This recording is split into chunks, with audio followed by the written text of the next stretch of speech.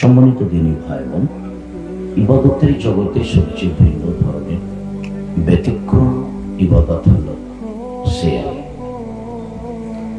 সব ইবাদতের নেকি আল্লাহ তাআলা ফেরেশতার মাধ্যমে দেন, আর সিয়ামের নেকি আল্লাহ তাআলা নিজে হাতে দেন। আর যা নিজে হাতে দেন তা মূলত নেকি নয়, তা হচ্ছে জান্নাত। সব নেকির বিনিময়, সব আমলের বিনিময় নেকি, ফলাফলে জান্নাত। আর সিয়ামের বিনিময় সরাসরি জান্নাত। পৃথিবীতে একটি ইবাদত সিয়াম, যে ইবাদতের নেকি আল্লাহ ফেরেশতার মাধ্যমে দেন না, আল্লাহ তাআলা নিজে হাতে দেন। আপনাকে আমি হয়তোবা স্পষ্ট বোঝাতে পূর্ণ সক্ষম হব কিনা যে সিয়াম একটি ভিন্ন ধরনের ব্যতিক্রম ইবাদত। সালাত এমন একটি ইবাদত যার উপরে নির্ভর করে অন্যান্য ইবাদত। সালাত এমন একটি ইবাদত যার উপরে নির্ভর করে অন্যান্য ইবাদত। যদি সালাত কবুল হয় তাহলে বাকি ইবাদত কবুল হবে, আর যদি সালাত কবুল না হয় তাহলে বাকি ইবাদত কবুল হবে না। তাহলে সালাতের স্থান নিজের স্থানে কম নয়। আরো উল্লেখ্য যে সালাত এমন একটা ইবাদত যা আপোষ করে না। হজ আপোষ করে। কিভাবে? এবছর হজ করলেন না, সামনে বছর করেন, এই যে আপোষ হলো। সিয়াম যেটা আজকে বলবো সেটাও আপোষ করে। কিভাবে? যে আমি অসুস্থ, এখন করব না, পরে করব, এই যে আপোষ করলো। যাকাত 2 মাস আগে দিয়ে দিই, না হয় 1 মাস পরে দিলেই হলো, এই যে আপোষ করলো। কিন্তু সালাত এমন একটা ইবাদত যা মানুষের সাথে কোনো আপোষ করে না, যেভাবে আছে সেভাবেই। আর মানুষের কোনো সমস্যাও বুঝে না। অজু করে সালাত আদায় করতে হয়, তো পানি নেই, তায়াম্মুম করে করো। বলে মাটি নেই, তো ও পানি ছাড়া, অজু ছাড়া, তায়াম্মুম ছাড়া এমনিতেই সালাত আদায় করো। কেবলার দিকে মুখ করে সালাত আদায় করতে হয়, তো কেবলা বুঝতে পারি না, তো কেবলা ছাড়াই পড়ো।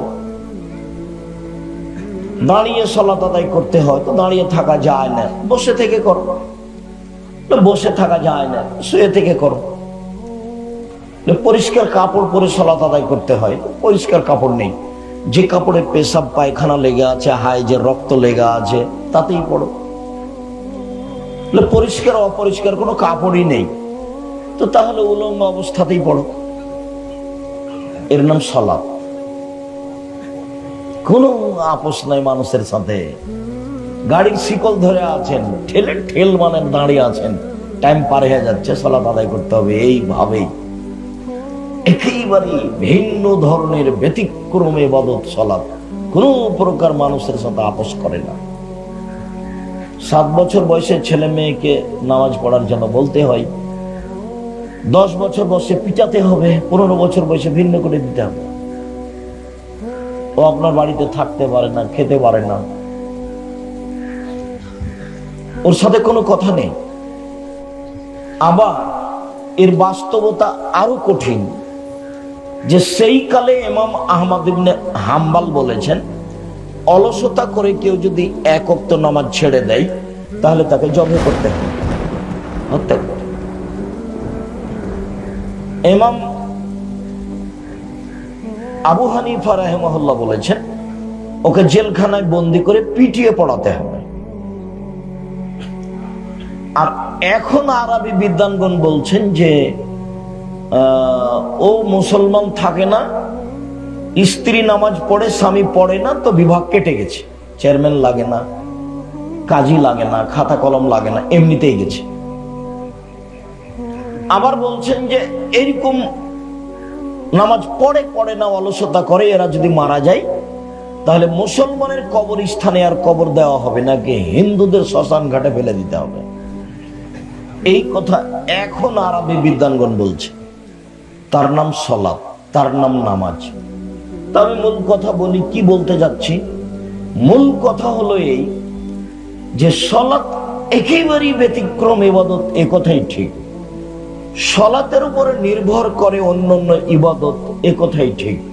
এর পরেও সলাতের নেকি আল্লাহ নিজে হাতে দিবেন না। কি এমন একটা ইবাদত আছে যার নেকি আল্লাহ কিভাবে দিবেন? নিজে দিবেন। সেটা কি? সেটা হলো সিয়াম। সম্মানিত দিনী ভাই বোন, ইবাদতের জগতে একটা গুরুত্বপূর্ণ ইবাদত আছে দান। সালাত আদায় করে জান্নাত পাওয়া যায়, জান্নাত কিনা যায় না। সিয়াম পালন করে জান্নাত পাওয়া যায়, জান্নাত কিনা যায় না। হজ করে জান্নাত পাওয়া যায়, কিন্তু জান্নাত কিনা যায় না।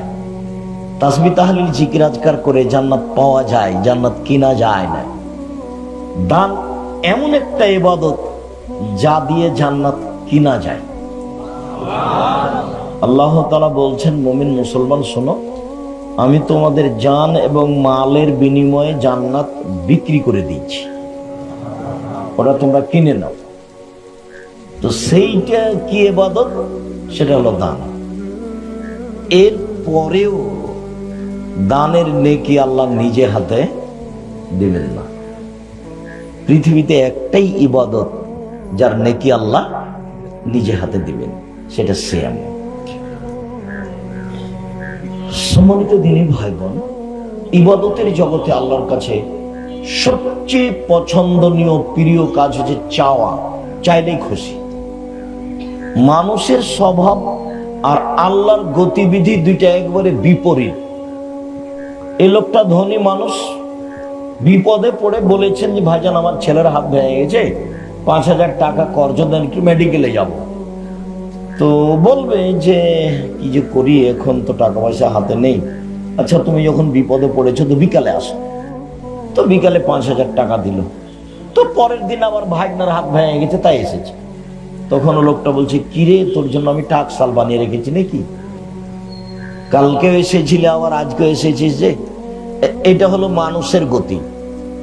আর আপনি আপনার চাওয়া কাজটা আল্লাহকে যত বলবেন তত খুশি, যত বলবেন তত খুশি। তো মানুষ তো খায় আর পায়খানা করে আর থাকে, মানুষ তো পশু প্রাণীর মতো, গরু ছাগলের মতো। বড় বড় মোবাইল আছে হাতে, ল্যাংটা মেয়ে নাচে, খুশিতে দিন কাটায়, চক্ষু ঠান্ডা করে, কলিজা ঠান্ডা করে, জানটা সহজ করে, পশু প্রাণীর মতো। ওই ঘরে ছেলে দেখে ল্যাংটা মেয়ে, এ ঘরে মেয়ে দেখে, ওই ঘরে বাপ দেখে, এ ঘরে মা দেখে। গোটা পরিবেশটা, গোটা পরিবারটা কুকুর শ্রীগালের মতো, পশু প্রাণীর মতো, গরু ছাগলের মতো। মানবতা বিদায় নিয়ে আছে, সবাই একই রকম। আল্লাহ বলছেন, বুঝিও এখানে স্টেজে কথা কেন? মা মারা গেলে এখন কথা হবে না? আপনি ব্যক্তিগত কথা বলছেন মানে? অসম্ভব, এটা হতে পারে না। এই ছেলেরাই দেখো কোথায় মানুষজন দাঁড়িয়ে আছে, কি গল্প করছে, রক্ষা করো। পরিবেশ কন্ট্রোল করতে না পারলে উঠে চলে যাবো। ঠেকা বেঁধেছে আমার, তোমার এখানে কথা বলতে হবে? যাও, পরিবেশ কন্ট্রোল করতে পারবা কিনা দেখো। পিপিলিকা এদিক ওদিক হলে যেন বুঝতে পারো এরকম পরিবেশ করতে হবে। সম্মানিত দিনী ভাই বোন, অনেক কষ্ট করে আপনার জন্য আমি এসেছি, আবার অনেক কষ্ট করে গিয়ে ক্লাসের পরে আবার আমি অনেক দূরের পথে যাব ইনশাল্লাহ। আমি এসেছি আপনি কোথাও গল্প করবেন বা বসে থাকবেন, এই ঘৃণিত কাজ আমি পছন্দ করি না। ওই নোংরা ন্যাক্কারজনক আচরণ আমি পছন্দ করি না। আমি এসেছি, আপনাকে আমি ভালোবাসি, আপনি ভদ্রতা বজায় রেখে চুপচাপ সামনে কিছুক্ষণ বসে থাকবেন। আমি আপনার জন্য এসেছি, আমার এর পিছনে কোনো উদ্দেশ্য নেই। আপনি টাকা দিবেন তাই আমার রুজি হবে, আমি আহাল পরিবার আপনার টাকা দিয়ে চালাবো, এরকম হিসেব আমার মাথাতে নেই। আমার বাপের জমি জায়গা যা ভাগে পেয়েছি অতি আমার আরো কয়েক পিঢ়ি চলবে আলহামদুলিল্লাহ। জি, আপনার পয়সার নিকটে মাথা নত করতে হবে, এটা আল্লাহ আমাকে এভাবে রাখেনি, কোনোদিন নয়। 90 সাল থেকে মাঠে আছি, আপনাকে আমি খুব সম্মান করি, দোকানপাটে বসে থাকবেন না, কোথাও গল্প করবেন না, অল্পক্ষণ আমাকে কোনো কাজ দেখাবেন না, কোনো প্রয়োজন দেখাবেন না আমাকে। সম্মানিত দিনী ভাই বোন, বলছিলাম চাইলে খুশি হয়। আবু হুরায়রা রাদিয়াল্লাহু তাআলা বলছেন, মাল্লাম ইয়াসআলিল্লাহ ইয়াগযাব আলাইহি, যে চায় না তার উপরে অসন্তুষ্ট, যে চায় না তার উপরে অসন্তুষ্ট। আবার বলছেন যে লাইসা শাইউন আকরামু ইনদাল্লাহি মিনাদ দুআ, চাওয়া কাজটা তার কাছে যত প্রিয় আর দুনিয়াতে কোনো ইবাদত তার কাছে তত প্রিয় নয়। তাহলে চাওয়া কাজটা তার কাছে খুব বেশি প্রিয়। তো যার কারণে আমি চারটা কথা বলেছি, মনে রাখতে হবে। 1, 5 ওয়াক্ত সালাত, 2, হালাল রুজি, 3, কোরআন তেলাওয়াত, 4, আড্ডা পিটা চিরদিনের জন্য হারাম। দোকানে বসে আড্ডা পিটতে পাবেন না, গল্প করতে পাবেন না, বসে সময় কাটাতে পাবেন না। এটা নোংরা, ন্যাক্কারজনক, ঘৃণিত কাজ, ইতর শ্রেণীর 3rd-person মানুষের কাজ। কেন আপনি দোকানে বসে থাকবেন? ওখানে ল্যাংটা মেয়ে না আছে দোকানে, টিভিতে, আপনি বসে থাকেন, আপনাকে খারাপ লাগে না কেন? আপনাকে খারাপ লাগে না কেন? বসে থাকেন কোন শরমে? শরম হয় না কেন আপনার? ইতস্তবোধ হয় না কেন আপনার? আপনি যখন বসে আছেন, ল্যাংটা মেয়ে যে নাচছে, তা আপনাকে যদি এখন বলা হয় যে আপনি ভালো, তাহলে আপনি কি বলবেন যে আমি ভালো? তা আপনি তো বলতে পারবেন না, আপনার মুখখান ব্যাকা হয়ে যাবে। তো বসে থাকবেন কেন ওখানে? আর ওই দোকানে যাটা ইনকাম হয় সব হারাম। টিভি রেখে দোকানে যত টাকা ইনকাম হয়েছে, ওই টাকা দিয়ে চাউল কিনে ভাত খেয়ে ইবাদত কবুল হবে না। এই যে বললাম, দেখি কোন মায়ের বেটা কথা এভাবে উল্টে ধরতে পারে। কাজই এটা 90 সাল থেকে মানুষের সামনে আছে। ফতোয়া লিখা, ফতোয়া দেখাই কাজ।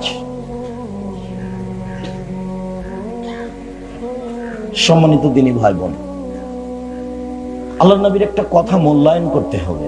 বুখারী মুসলিমের হাদিস, ইকরাহুল কালামা বাদাল ইশাই, ইকরাহুন নাওমা ক্বাবলাল ইশাই। আল্লাহর নবী এশার সালাতের পরে কথা বলাকে ঘৃণা করতেন, এশার সালাতের পূর্বে ঘুমিয়ে যাওয়াকে ঘৃণা করতেন।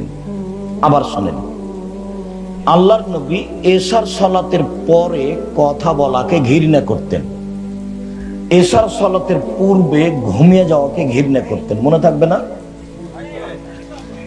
তো আপনি বাড়ির মালিক, আপনার বাড়িতে কারফিউ জারি থাকবে, কারফিউ, প্রেসিডেন্ট আইয়ুবের কারফিউ, একবারে শক্ত কারফিউ, 10টায় ঘুমাতে হবে যে কোনো মূল্যে। পড়ালেখা ব্যতীত এমনি কেউ ঘুমাতে জেগে থাকতে পারবে না, গল্প করতে পারবে না, সবাইকেই ঘুমাতে হবে।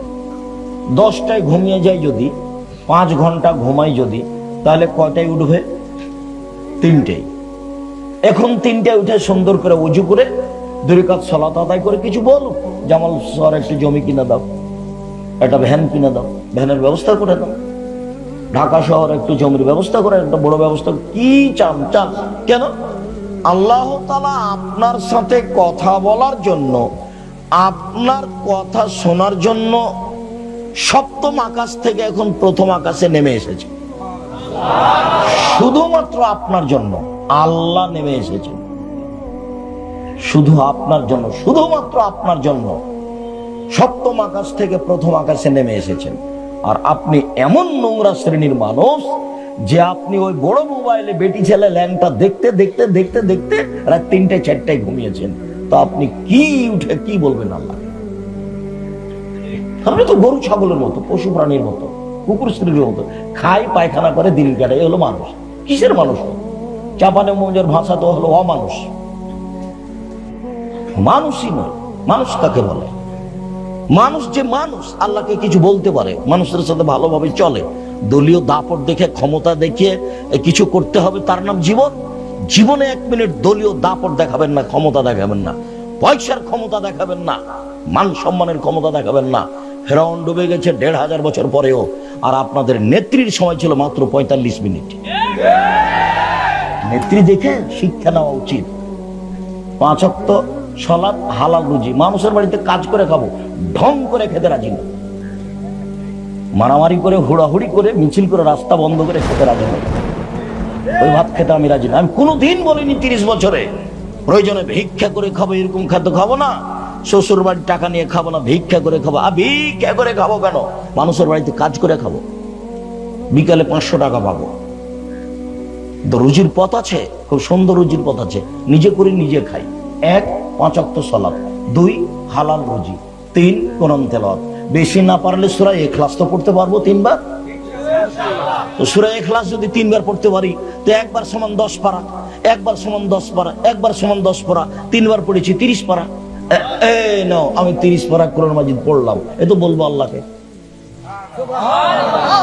4, নিজে উপার্জন করে খাই, আড্ডা পিটবো মানে ওখানে বসে থাকবো কেন? বাড়িতে প্রয়োজন আছে জিনিস কেনার, দোকানে যাবো, আসসালামু আলাইকুম আহমদ, তোমার কাছে লবণ আছে? জি আছে, 1 কেজি লবণ দাও। মরিচ আছে? জি 200 মরিচ দাও। বাস, টাকা দেওয়া হয়েছে, গেলাম, আসসালামু আলাইকুম। এইটুকু থাকতে হবে দোকানে। বসে আছেন কেন ওখানে ঘন্টার ঘন্টা? আমার মা যখন আমাকে বাড়ি থেকে বের করতেন পড়ার সময়, তখন বলতেন, আব্বু এই যে 1, দোকানে বসিও না, 2, প্রাইভেট পড়ায়ও না, 4, বন্ধুতালি করো না, 3, বন্ধুতালি করো না, 4, মানুষের বাড়িতে দাওয়াত খায়ও না। আমার মা এগুলো 4টা বলে বিদায় করতেন। আমার মা নিরক্ষর।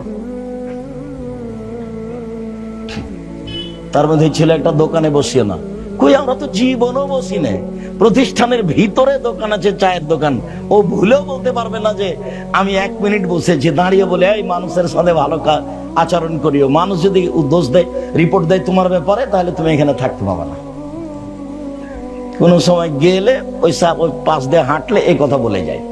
ও তখন পিড়ে করে, একটু বসেন, একটু চা খান, একটা কিছু করেন। না, আমি ওটা করি না, বসি না, লাগবে না। তো আমরা তো আছি বেঁচে, মরে গেছি। আপনার বউ ভ্যানিটি ব্যাগ হাতে করে ফ্যাশন বোরকা পরে বাজারে যায় কেন? আপনার শরম হয় না? আপনি পুরুষ, আপনি ঘৃণিত পুরুষ। ছি, এমন পুরুষ কেন? এই পুরুষ কেন? এই পুরুষ কেন? আমরা তো স্বপ্ন দেখি না বাজার। আমাদের বাড়ির মহলে তো স্বপ্ন ভাবতে পারবে না বাজারের কথা। এটা ফ্যাশন বোরকা পরে একটা ভ্যানিটি ব্যাগ ঘাড়ে করে সারাদিন হুড়া গুত্তা খেয়ে বেড়াচ্ছে বাজারে, ধাক্কা খাচ্ছে, আর ধাক্কা আর ধাক্কা। আপনাকে খারাপ লাগে না? আপনি পুরুষ মানুষ নন? খারাপ লাগে না কেন? আপনার একটা মানবতা কাজ করে না কেন? বাপের মতো হবে না। মধ্যখানে কথা এসেছে, আসলে যেটা আমি চাইনি। 1 মিনিট বাপ দেখাই, বাপ কাকে বলে। আপনি তো বুঝতে পারেননি যে বাপ কাকে বলে। মেয়ে আব্বু আব্বু ডাকবে, আর আপনি বলবেন আম্মু আম্মু আছেন, তার মানে বাপ। দামি একটা 300 টাকার আইসক্রিম খাওয়াতে হবে, তার নাম বাপ। বুঝেছে? এরই নাম বাপ। ও কোনোদিন তো দেখেনি বাপ কাকে বলে। দেখবেন, 1 মিনিট দেখেন, বুখারী মুসলিমের হাদিস। এদিকে তাকিয়ে দেখেন, মেয়ে কথা বলছো কেন? চুপ থাকো, তোমার জন্যই বলছি। উপস্থিত দিনী বৈঠকের মুসলিম বোন, মুখ বন্ধ করবেন। কেউ যদি আপনার গায়ের উপর দিয়ে চলে যায়, মুখ খুলবেন না, আমার অনুরোধ। মুখ বন্ধ করবেন। আর একজন আপনার গায়ের উপরে চড়ে চলে যাক, মুখ খুলবেন না, একবারে চুপচাপ থাকবেন। 1 মিনিট, বাপ দেখাচ্ছি। বাপ কাকে বলে? বুখারী মুসলিমের হাদিস। আয়েশা রাদিয়াল্লাহু তাআলা আনহা বলেন, আমরা সফর থেকে আসছিলাম, এক জায়গায় অবস্থান করলাম, সেখানে আমার গলার হার হারিয়ে গেল। আমি আমার বড় বোনের গলার হারটা ধার নিয়ে এসেছিলাম। ওর বড় বোন আসমা। তোর বড় বোনের গলার হারটা উনি নিয়ে এসেছিলেন ধার, গলায় দেওয়ার জন্য। সফরে, স্বামীর সাথে সফরে আছে। তো এক জায়গাতে অবস্থান করেছেন, এখানে করতে গলার হারটা হারিয়ে গেছে। কোথায় যে পড়েছে খেয়াল করেননি। তো এখন আর মানুষ যেতে পারে না, হার খুঁজেও পায় না। সালাতের টাইম পার হয়ে যাচ্ছে, পানিও নাই, ওযুও করতে পারছে না, বড় বিপদে। যেতেও পারছেন না, মানে হার পাওয়া যায় না খুঁজে। পানিও নাই, ওযুও করতে পারছেন না, বড় বিপাকে। তো জনগণ আবু বকর সিদ্দিকে গিয়ে বললেন, জানেন কি ঘটনা, কি হয়েছে? আপনার মেয়ে হার হারিয়েছে, তো সেই জন্য তো আমরা যেতে পারছি না, পানিও নেই, ওযুও করতে পারছি না। তাই মানুষ সেভাবে ঝামেলায় পড়েছে। তো এখন আবু বকর সিদ্দিক আসছেন মেয়ের কাছে রাগ করে। মেয়ের যে অবস্থা, এইটা যদি বাংলাদেশের লোক হতো, জামালপুরের লোক হতো, তাহলে অবস্থাটা দেখে কিছু বলা তো দূরের কথা, এইভাবে পাল্টা দ্রুত চলে যেত। কি অবস্থা? আয়েশা রাদিয়াল্লাহু তাআলা আনহা বলছেন, আল্লাহর নবী আমার স্বামী আমার উরু রানের উপরে মাথা দিয়ে ঘুমিয়ে আছে। যখন আমার আব্বা আমার কাছে আসলেন, আবার যখন আবু বকর সিদ্দিক মেয়ের কাছে আসলেন, তখন জামাই আবু বকর সিদ্দিকের জামাই মেয়ের উরু রানের উপরে মাথা দিয়ে ঘুমিয়ে আছে। তো এই অবস্থা যদি আমাদের দেশের শ্বশুরেরা দেখে, তাহলে কি মেয়ের কাছে যাবে? যদি বুঝাতে না পারি তো আবার বলি, যখন আবু বকর সিদ্দিক ক্ষেপে রাগ করে আসলেন মেয়ের কাছে, তখন দেখছেন যে জামাই মেয়ের উরু রানের উপরে মাথা দিয়ে ঘুমিয়ে আছে। বলেন তো দেখি, জামাই কে? মুহাম্মদ সাল্লাল্লাহু আলাইহি সাল্লাম। মেয়েকে আয়েশা রাদিয়াল্লাহু, পিতাকে আবু বকর সিদ্দিক রাদিয়াল্লাহু। এখন আয়েশা রাদিয়াল্লাহু তাআলা বলছেন, আমার আব্বা এসে আমাকে এমন জোরে কয়েকটা কিল মারলেন, এই পেটের এই জায়গাটার উপরে নিজের হাতে মারলেন, এত জোরে মারলেন যে আমার স্বামী যদি আমার উরু রানের উপরে মাথা দিয়ে না থাকতেন, তাহলে আমি মায়ের কারণে দূরে সরে যেতাম, এত জোরে মারলেন। এইবার বলি, সবচেয়ে বড় মানুষে মারলেন, সবচেয়ে বড় মহিলাকে মারলেন, সবচেয়ে বড় মানুষের সামনে মারলেন, জামাইয়ের সামনে মারলেন, বিবাহদারী মেয়েকে মারলেন, পূর্ণ যুবতী মেয়েকে মারলেন, হাত দিয়ে মারলেন, খোলা মাঠে মারলেন, 1400 মানুষের সামনে মারলেন। সবচেয়ে বড় মানুষে মারলেন। নবী রাসূল ব্যতীত আদম থেকে নিয়ে কিয়ামত পর্যন্ত সবচেয়ে দামি মানুষ মুহাম্মদ আবু বকর সিদ্দিক রাদিয়াল্লাহু তাআলা। নবী রাসূল ব্যতীত, নবী রাসূল বাদ দিয়ে আদম থেকে কিয়ামত পর্যন্ত সবচেয়ে দামি মানুষকে আবু বকর সিদ্দিক রাদিয়াল্লাহু তাআলা। সবচেয়ে দামি মহিলা আয়েশা। হাওয়া থেকে নিয়ে কিয়ামত পর্যন্ত যত মহিলা এসেছে, যত মহিলা আছে, যত মহিলা আসবে, সবচেয়ে দামি মহিলা আয়েশা রাদিয়াল্লাহু তাআলা। আর মুহাম্মদ সাল্লাল্লাহু আলাইহি সাল্লাম তো আর বলাই লাগে না, পৃথিবীর সবার চেয়ে দামি। জান্নাতের গেটে লেখা আছে, সর্বপ্রথমে যিনি জান্নাতে প্রবেশ করবেন তিনি হলেন মুহাম্মদ সাল্লাল্লাহু আলাইহি সাল্লাম।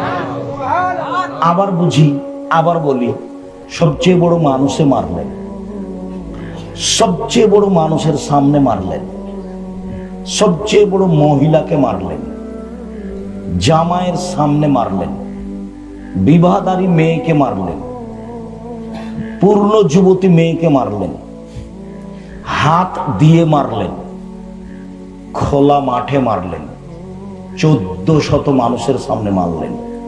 এত বড় বাপে, এত বড় বেটিকে এত বড় মানুষের সামনে মেরে দিলেন। ভুল কোথায় হারটা হারিয়ে গেছে খেয়াল করেননি, সেই জন্য। আর আপনার মেয়ে সেই 10টা থেকে নিয়ে দোকান দোকান ঘুরে বেড়াচ্ছে, ম্যাট্রিক পাস করেছে, ইন্টার পাস করেছে, আর বিবাহ হলে 3টে ছেলে হতো। ওকে আপনি কিছুই বলতে পারছেন না। আপনি আবার বাপ, ছি, আপনার মতো বাপ বেঁচে থাকার চেয়ে মরে যাওয়াই ভালো। আপনার মেয়ে, সমস্যা নেই, জামিয়া সালাফিয়ায় 519 জন ইয়াতিম আছে, আপনার মেয়েও ওখানে পড়বে, কোনো সমস্যা নেই ইনশাআল্লাহ। 5000-এর বেশি ছেলে মেয়ে আছে জামিয়া সালাফিয়ায়। দেশের সবচেয়ে বড় প্রতিষ্ঠান জামিয়া সালাফিয়া, আয়াতনে, শিক্ষক সংখ্যায়, ছাত্র সংখ্যায়, শিক্ষা মানে, শিক্ষক গুণে। যেটা জামিয়া সালাফের রূপগঞ্জ, সেদিন সম্মেলনে গেছিলেন কিনা, কেন যে যান না নিজের জিনিস দেখতে। গত বৃহস্পতিবার শুক্রবার ছিল, 100 বিঘা জমির উপরে, প্রায় 100 বিঘা জমির উপরে, 21 নম্বর সেক্টরের সাথে লাগা বাণিজ্য মেলার পিছনে, যেখানে একটা মসজিদ তৈরি হচ্ছে 200 শতক জমির উপরে, 6 বিঘা, যার 7 থেকে 10,000 মানুষ একসাথে সালাত আদায় করতে পারবে। যেটা রাজশাহী, সেটা 40 বিঘা জমির উপরে। যেটা রাজশাহী মহিলা শাখা, সেটা প্রায় 70 বিঘা জমির উপরে। যেটা দিনাজপুর, সেটা প্রায় 20 বিঘা জমির উপরে। বিভিন্ন জেলাতে জমি আছে, ময়মনসিংহ আছে, সময়ের গতিতে গড়বে ইনশাআল্লাহ। তো 519 জন ইয়াতিম আছে।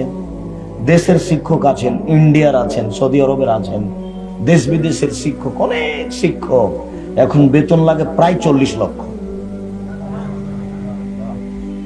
তো 519 জন এতিম আছে, আপনার মেয়েটাও থাকবে। আপনার মতো বাপ বেঁচে থাকার প্রয়োজন নাই। আপনি বেঁচে থেকে কি করবেন? এই মেয়ে শোনো, এই মেয়ে খালেদা, তোমার বাপকে সৎ বাপ বলে ডাকি আজ থেকে। সৎ বাপ কেন? তোমাকে তো তোমার বাপ দেখে না। দেখে যদি, তাহলে তোমার গায়ে এই ফ্যাশন বোরকা কেন? দেখে যদি, তাহলে তোমার ঘাড়ে ভ্যানিটি ব্যাগ কেন? রাস্তায় ঘুরে বেড়াও কেন? দেখে যদি, তাহলে তোমার নখ বড় কেন? তোমার বাপ যে দেখে, তো তোমার নখ বড় কেন? নখে কেন নেইল পালিশ? কে বলেছে তোমার বাপ দেখে? তোমার মাকে তুমি সৎ মা বলিও, তোমার মা তোমাকে কবর দিয়েছে। তোমার বাপ মা যে তোমাকে দেখে, তো তোমার ভুরু তুলে চিকন করা আছে কেন? তোমার বাপ মা যে তোমাকে দেখে, তো তোমার পায়জামাটা স্কিন পায়জামা কেন? তোমার বাপের চোখে পড়ে না? তোমার বাপের শরম হয় না? তোমার বাপের হায়া হয় না যে তোমার এইসব উরুরাম দেখা যাচ্ছে, লজ্জা স্থান বোঝা যাচ্ছে, স্কিন পায়জামা পরে আছে? তোমার বাপ তাহাজ্জুদ করে ধর্ম দেখায়? তোমার বাপ ধর্ম দেখায়? প্রতি রমজানে উমরা করতে যায়, গেলে কি হবে? 3 শ্রেণীর মানুষ জান্নাতে যাবে না? তার মধ্যে তোমার বাপ আছে আর তুমি আছো। 3 শ্রেণীর মানুষ জান্নাতে যাবে না, তার মধ্যে তোমার বাপ আছে আর তুমি আছো। ওকে সৎ বাপ বলো, ওকে দিয়ে কি হবে? ওকে সৎ মা বলো। তোমার মাকে দিয়ে কি হবে? তোমার মাথার চুল ছোট কেন? তোমার সামনের চুল ছোট কেন? তুমি এত উঁচা স্যান্ডেল পরে নিজেকে লম্বা দেখাচ্ছ কেন? তুমি ব্রেসের পরে নিজেকে কম বয়সের যুবতী মেয়ে দেখাচ্ছ কেন? কি বুঝাতে চাও তুমি? কি বুঝাতে চাও? এটা বিদ্যা দেখাতে চাও? এটা বিদ্যা? এটা পশু প্রাণীর বিদ্যা, এটা গরু ছাগলের বিদ্যা। যে বিদ্যা দিয়ে জাতির ক্ষতি হয় সেটা বিদ্যা নয়। বুঝেও বুঝে না ওরা, অন্তর আছে বোঝে না। দেখেও দেখে না ওরা, চক্ষু আছে দেখে না। শোনেও শোনে না ওরা, কান আছে শোনে না। উলাইকা কালানাম, তারা পশু প্রাণীর মতো, তারা গরু ছাগলের মতো, তারা কুকুর শ্রীর মতো। বালু মাজাল বরং তার চেয়ে খারাপ। 1 মিনিট কথার মধ্যে আছি, একটু তোমার বাপকে নিয়ে কথা বলি, তারপর তোমার মাকে নিয়ে কথা বলে আমরা আলোচনায় ফিরে আসব। দেখো তো আল্লাহর নবী তোমার বাপের ব্যাপারে কি বলে। 1, আল্লাহ নবী বলেন, মান আলা সালাসা বানাতিন, কেউ যদি 3টে মেয়ে লালন পালন করে, 3টে মেয়ে, তো ফলাফলটাকে বলে নি, তারপর কিভাবে লালন পালন সেটা বলি। 3টে মেয়ে যদি কেউ লালন পালন করে, তাহলে বিচারের মাঠে মেয়ে 3টি পিতাকে জান্নাতে নিয়ে যাওয়ার জন্য জাহান্নামের অন্তরাল হবে। এই যে মেয়েরা বেঁকে বসেছে, বলবে আল্লাহকে আমার আব্বাকে আগে জান্নাতে দেন, তারপরে কোনো কথা। ওইদিকে জাহান্নাম, এইদিকে পিতা, মধ্যে মেয়েরা। এ কথা আল্লাহ নবী বলছে যে মেয়েরা দাঁড়িয়ে আছে মধ্যে, ওর আব্বাকে জাহান্নামে যেতে দিবে না, আমার আব্বাকে আগে জান্নাতে দেন, তারপরে আমাদের ব্যাপারে পরে কথা। এই হলো 3টা মেয়ের ফলাফল। আব্দুর রাজ্জাক সাহেব ফলাফলটা পরে বলেন, আর একটু 2টা মেয়ে হলে কি হবে? 2টা মেয়ে হলে নবীর সাথে জান্নাতে থাকা যাবে। এইভাবে আঙ্গুল 2টি জমা আছে। এতিমের লালন পালন হলে নবীর সাথে থাকা যাবে তো একটু দূরে। বুঝতে পারছেন? খালেদা, তুমি দেখতে পাচ্ছ না এমনি খালি বসে আছো? গল্প করছো নাকি? শরম করো একটু, গল্প করিও না। 2টা মেয়ে যদি হয়, তাহলে 2টা মেয়ে যদি লালন পালন করে পিতা, তাহলে নবীর সাথে জান্নাতে এভাবে থাকবে। তখন মিরপুরের এক মুসল্লি বলছেন মসজিদের, যে ভাইজান একটা যদি মেয়ে হয়, তখন যে ভাইজান আমি কিছু বলতে পারলাম না, আল্লাহ নবী কিছু বলেননি। একটা মেয়ের ব্যাপার আল্লাহ নবী কিছু বলেননি।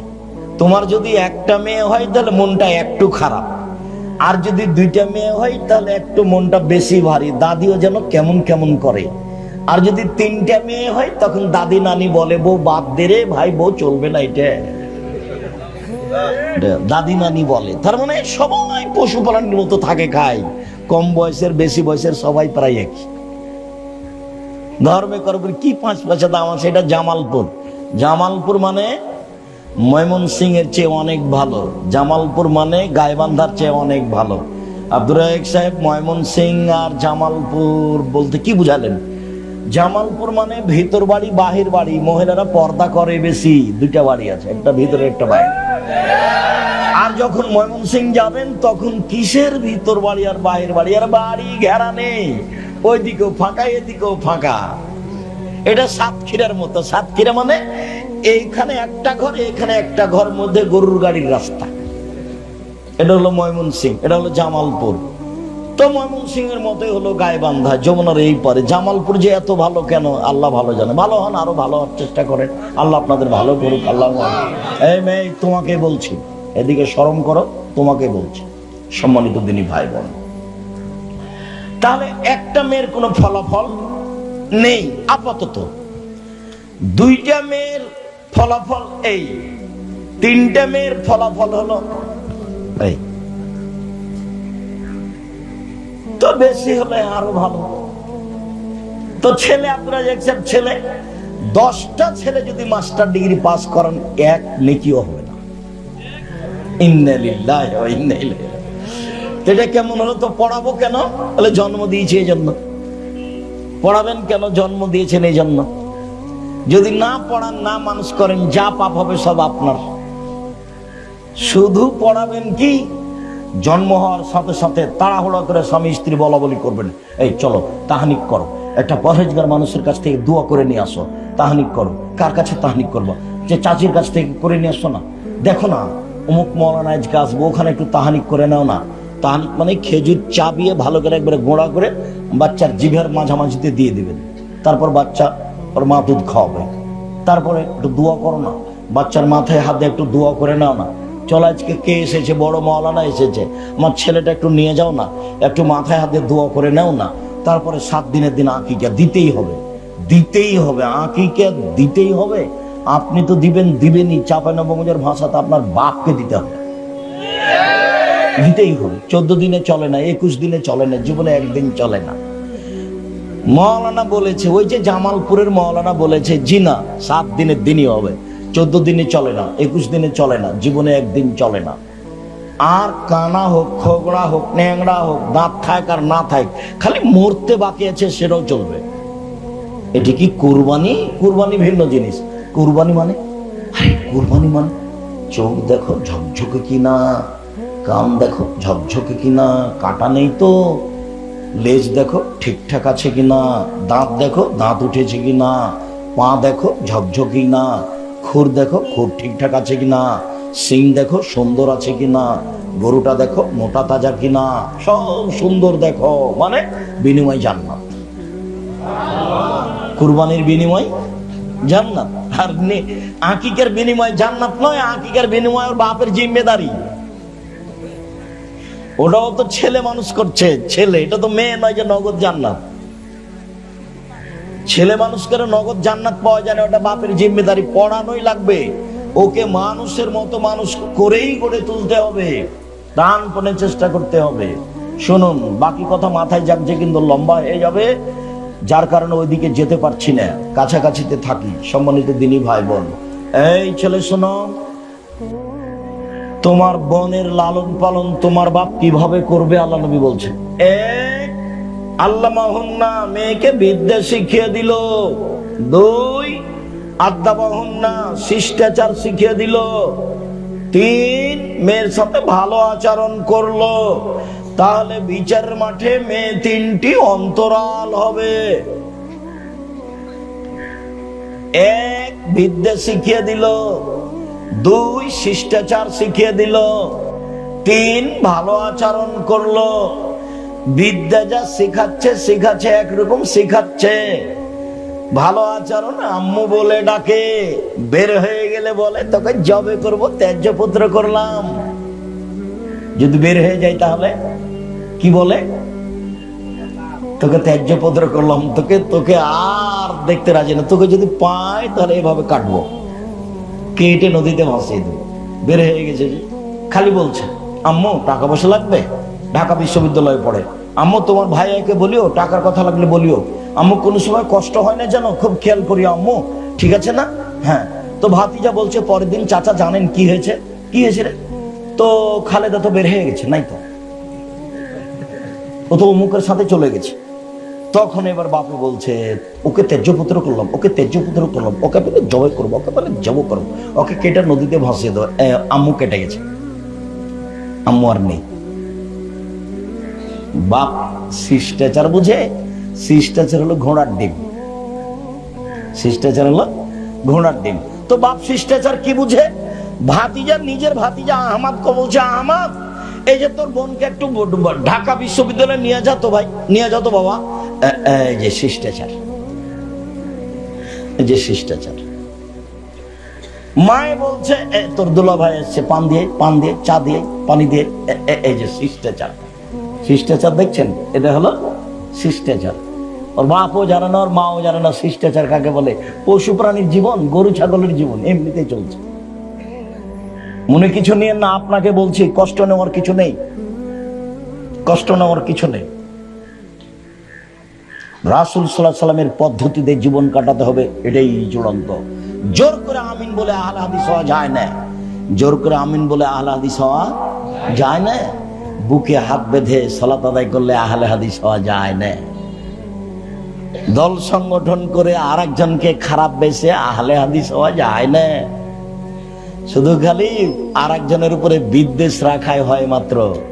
ও দিয়ে কি করবেন আপনি? আমাকে কি বুঝাতে চান? আপনাকে আমি অক্ষরে অক্ষরে চিনি।